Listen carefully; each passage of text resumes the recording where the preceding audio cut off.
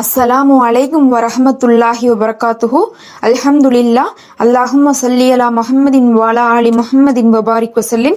அல்லாஹ்வின் நல்லடியார்களே, முஹர்ரம் மாதத்தை அடைந்திருக்கும் ஒவ்வொருவரும் கட்டாயம் கேட்க வேண்டிய, நம்மை மெய்சிலிர்க்க வைக்கக்கூடிய தியாக வரலாறைத்தான் நாம் இன்று பார்க்க போறோம். நாம் ஏற்கனவே கடந்த வாரம் இஸ்லாமிய புத்தாண்டை பற்றியும் அதில் உள்ள ஹிஜ்ரி என்ற வார்த்தையை பற்றியும் சுருக்கமாக பார்த்திருந்தோம். ஆனால் இன்று அந்த முஹர்ரம் மாதத்தில் நடந்த ஹிஜ்ரத்தின் மிக முக்கிய தியாக நிகழ்வுகளை தான் பார்க்க போறோம். வரலாற்றை தொடங்குவோம். இஸ்லாமிய புத்தாண்டிற்கு ஹிஜ்ரி புத்தாண்டு என்று பெயர்.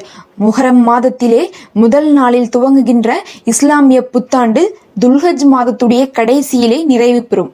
எப்படி முஹர்ரம் முதல் மாதத்துடைய ஆசுரா உள்ளிட்ட பல்வேறு வணக்க வழிபாடுகளையும் தாங்கி இருக்கிற மாதமாய் முதல் மாதம் துவங்குகிறதோ, அதில் உள்ள 10வது நாள் ஆசுரா நாள் என்ற பெயரில் மகத்தானதோ, அதே போல் ஆண்டு கடைசியில் உடைய துல்ஹஜ் மாதத்துடைய 10வது நாளும் பக்ரீத் பெருநாளாக மாண்புகளை உள்ளடக்கியது. சுருங்க கூறின், இஸ்லாத்தில் வருடத்தின் துவக்கமும் வருடத்தின் இறுதியும் வணக்க வழிபாடுகளை வெளிப்படுத்தும் விதமாகவே அமைந்திருக்கிறது இஸ்லாமிய புத்தாண்டும் அதன் மாதங்களும். உலகத்தில் ஆண்டுகளுக்கு எப்படியெல்லாமோ பெயர் வைத்தார்கள்.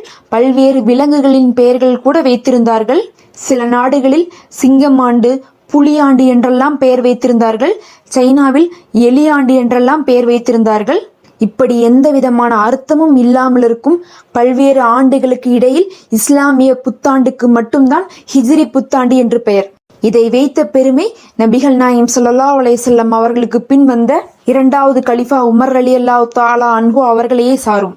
அப்போது மிகவும் நெருக்கடியான காலகட்டத்தில் இஸ்லாமியருக்கென தனி கணக்கு வேண்டும் என்று முடிவெடுத்த போது ஹஜ்ரத் உமர் ரலியல்லாஹு தஆலா அன்ஹு அவர்களுடைய ஆட்சியில் அன்றிருந்த சஹாபாக்கள், அன்றைக்கிருந்த அறிவு ஜீவிகள், அன்னலாரோடு தொடர்பிருந்த ஆளுமைகள் ஒன்று கூடி ஆலோசனை நடத்திய போது இஸ்லாமிய புத்தாண்டை பெருமானார் பிறப்பிலிருந்து துவங்கலாம் எனவும் இறப்பிலிருந்து துவங்கலாம் எனவும் நபிப்பட்டம் கிடைத்த 40வது ஆண்டிலிருந்து துவங்கலாம் எனவும் இறுதியாக ஹிஜ்ரத்திற்கு மக்காவிலிருந்து மதீனாவுக்கு புலம்பெயர்ந்து போன அந்த மாபெரும் நிகழ்வை மையமாக வைத்து துவங்கலாம் எனவும் 4 விதமான ஆலோசனைகள் நடத்தப்பட்டது. இப்படி 4 விதமான ஆலோசனை எடுக்கப்பட்டாலும் ஹிஜ்ரி புத்தாண்டு என ஹிஜ்ரத் செய்ததை மையமாக வைத்து எடுக்கப்பட்ட அந்த முடிவை ஹஜ்ரத் உமர் ரலியல்லாஹு தஆலா அன்ஹு அவர்கள் முன்மொழிய சஹாபாக்கள் ஏற்றுக்கொண்டார்கள். சுமார் 10 வருடத்துக்கும் மேற்பட்ட நீதி ஆட்சியை தந்த உமர் ரலியல்லாஹு தஆலா அன்ஹு அவர்களின் ஒப்பற்ற சாதனையில் இது ஒரு மகத்தான சிகரம் தொட்ட சாதனை. இஸ்லாமிய ஆண்டிற்கு ஹிஜ்ரி புத்தாண்டு என்ற பெயர் அவர்களின் வழியாக கிடைத்தது. பொதுவாக ஹிஜ்ரத் என்று சொன்னாலே நாடு துரத்தல், ஊரு துரத்தல், குலம் பெயர்தல், தனி மனிதரோ அல்லது முழு சமூகமோ ஒரு இடத்தை விட்டு அவர்களுடைய கொள்கை கோட்பாட்டின்படி வாழ முடியாத போது அவர்கள் விரும்பியவாறு வாழ்வதற்கு பிற பூமியை தேர்ந்தெடுத்து வாழ்வது இஸ்லாமிய வரலாறுகளில் வழிநெடுவிலும் காண முடிகிறது.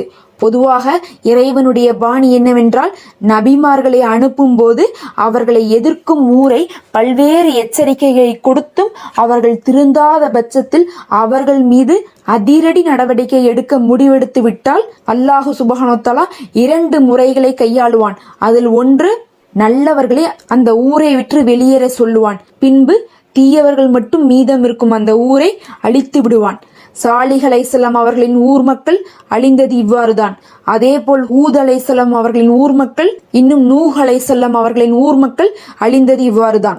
ஈமான் கொண்டவர்கள் வெளியேற்றப்பட்டு அந்த ஊர் மக்கள் கருவறுக்கப்பட்டார்கள், கூண்டோடு அழிக்கப்பட்டார்கள்.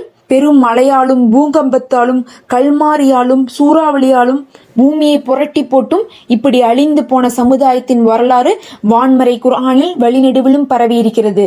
அல்லாஹுவுக்கு இன்னொரு பாணியும் இருக்கின்றது. அந்த நல்லவர்களை அல்லாஹு ஹிஜ்ரத் செய்ய சொல்லுவான். அவர்கள் ஓரிரை கொள்கைப்படி வாழ்வதற்காக ஊரை விட்டு வெளியேறி போவார்கள்.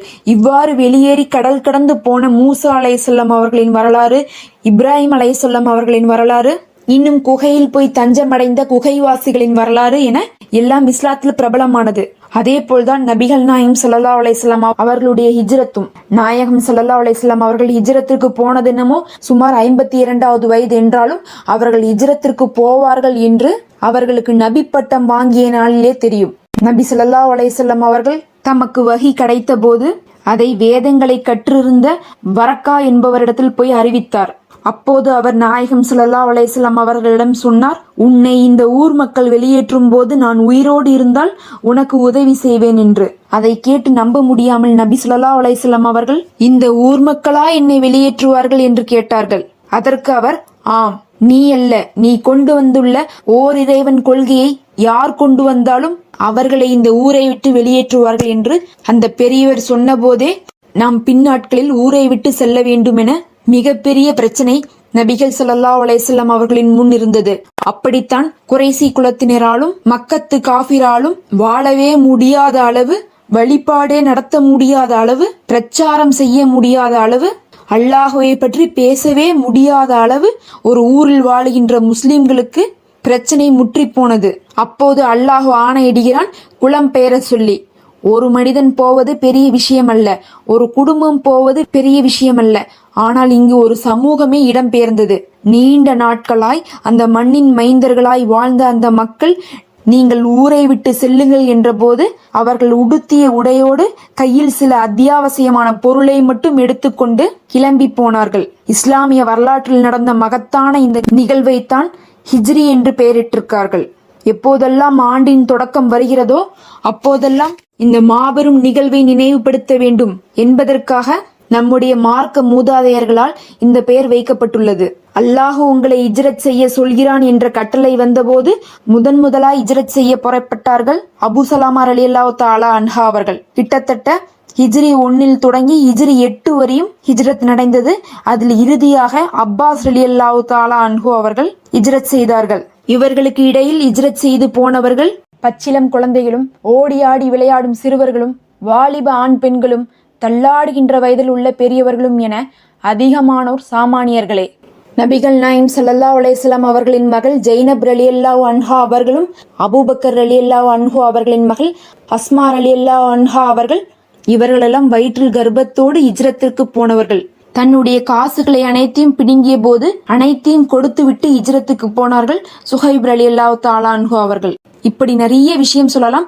உடைமைகளை இழந்தார்கள், சேமிப்பை இழந்தார்கள், வீடு சொத்து அனைத்தையும் இழந்தார்கள். தாக்குதலுக்கெல்லாம் உள்ளாக்கியதற்கு பிறகு ஹிஜ்ரத் செய்து போனார்கள். ஹிஜ்ரத் என்பது ஒரு மாபெரும் அர்ப்பணிப்பாகும்.